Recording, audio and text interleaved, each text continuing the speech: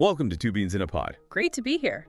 So today we're tackling something really fascinating. Is this intersection, right, between the philosophical ideas of Peter Thiel, especially his, well, sometimes contrarian views on progress and order, and then how those ideas might, link up with Vice President J.D. Vance. And his political path, yeah. And maybe even the direction of the current Trump administration. Exactly.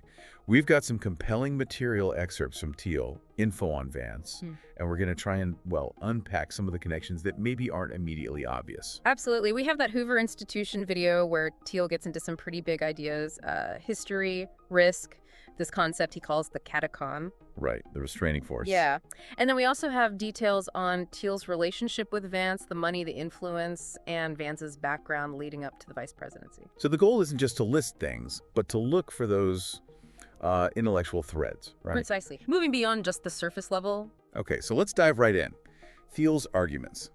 One thing that really jumped out at me from that Hoover talk is this idea about progress, or maybe the lack of it. Yeah, stagnation. That's a key theme for him. He sees stagnation, but not everywhere, right? It's specific. That's right. And his distinction, it's between bits and atoms. That's how he puts it. It's an atom. So bits, that's the digital world.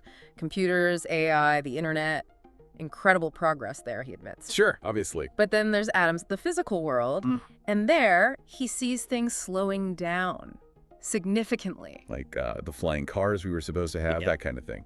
Exactly like that. Or, fundamental breakthroughs in physics, medicine, cures for major diseases. He feels like the pace isn't what people expected maybe 50 years ago. And he even floats this idea, it's quite provocative, that maybe the slowdown isn't accidental. Maybe it's a kind of subconscious trap. A trap? How so? Like a way we're instinctively avoiding developing technologies that could be truly catastrophic.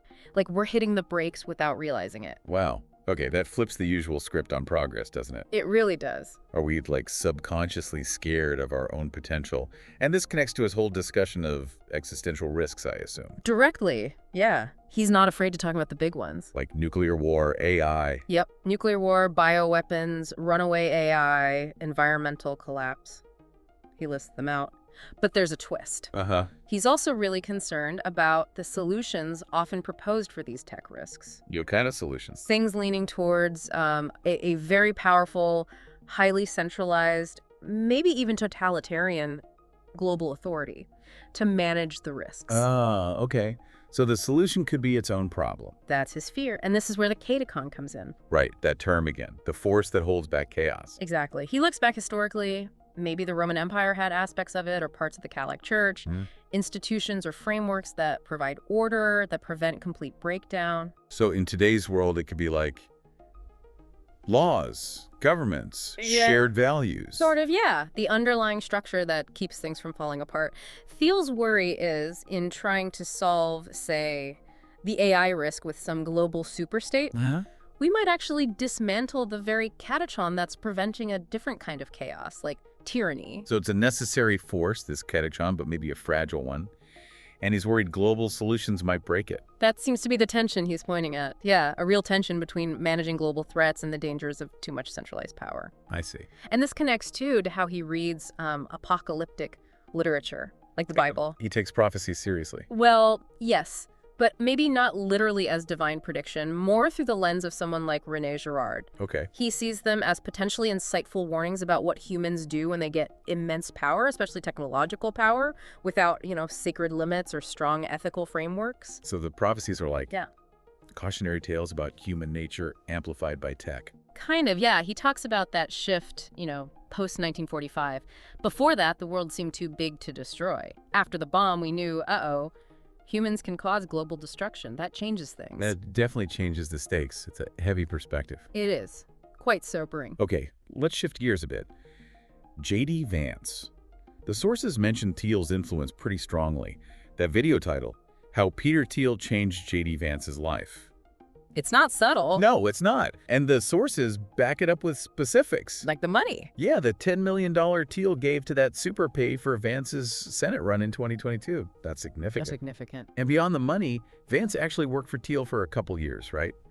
At Mithril Capital. Right. As a principal. Oh.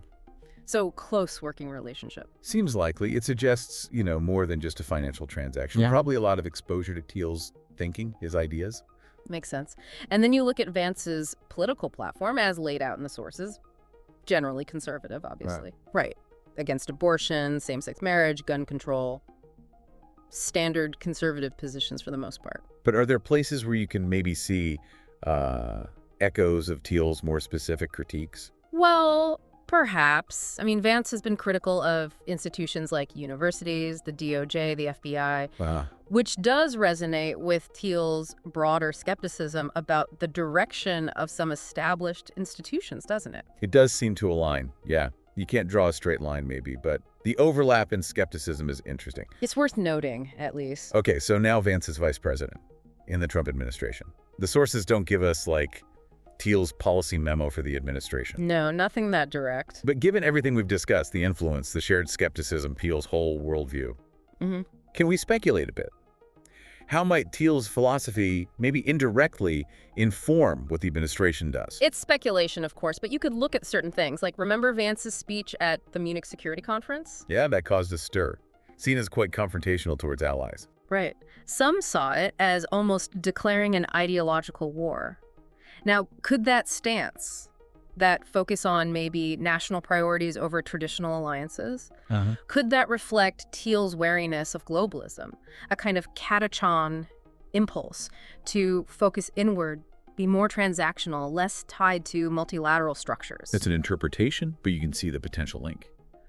A focus on national sovereignty, skepticism about global governance. It fits Thiel's concerns. It potentially fits, yeah. It suggests a possible alignment in worldview there. And what about technology?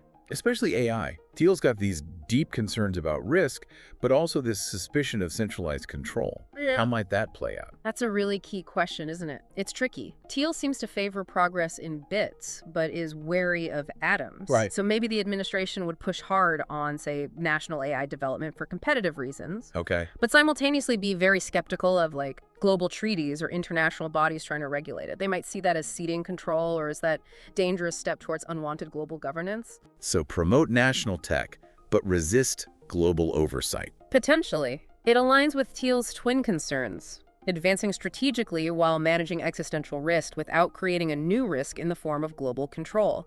It's a complex balancing act he seems to advocate for. Okay, I think I'm seeing the potential connections here. Thiel's, somewhat pessimistic view on progress, his focus on this catechon idea to restrain chaos, and how that might map onto the political rhetoric and maybe even actions of J.D. Vance and, by extension, the Trump administration. Yeah. It points towards prioritizing national strength, being cautious about certain tech, and wary of global structures. Exactly. It's less about Thiel writing policy papers and more about understanding the intellectual atmosphere, the underlying currents that might be influencing key figures. Fascinating stuff. We're trying to unpack these complex ideas, and if you, the listener, are finding this interesting, maybe now's a good time to hit that like button. Yeah, and subscribing really helps us keep doing these deep dives. We appreciate the support. Definitely. Okay, so let's try and bring this together for our listeners. You gave us some really rich source material here. It paints a picture of, philosophy meeting real-world politics in a pretty direct way. Yeah. Peter Thiel's quite distinct, sometimes quite sobering vision, his focus on order, on restraint, it seems to have genuinely influenced J.D. Vance. Who is now, a very significant player in the Trump administration. Right. And we've explored how Thiel's ideas about, say, stagnation, those big existential threats, the need for a catechon, how those might connect with Vance's political positions and the potential direction of the administration. Hopefully this kind of exploration shows why it's useful to look, beneath the surface headlines. Yeah. To try and grasp the deeper ideas that might be shaping events. Understanding those philosophical underpinnings can give you a different lens on things, for sure. Absolutely. And there's obviously so much more here we could get into. But thinking about this connection, Thiel, Vance, the administration, what stands out most to you listening right now? What questions pop into your head about where things might be headed? Technology, government, society? These are definitely the big questions to keep pondering as we see how things unfold. Definitely. So if this deep dive got you thinking, please do hit that like button one more time and make sure you're subscribed for more explorations into the ideas shaping our world. We really value you tuning in. Thank you for listening to Two Beans in a Pod.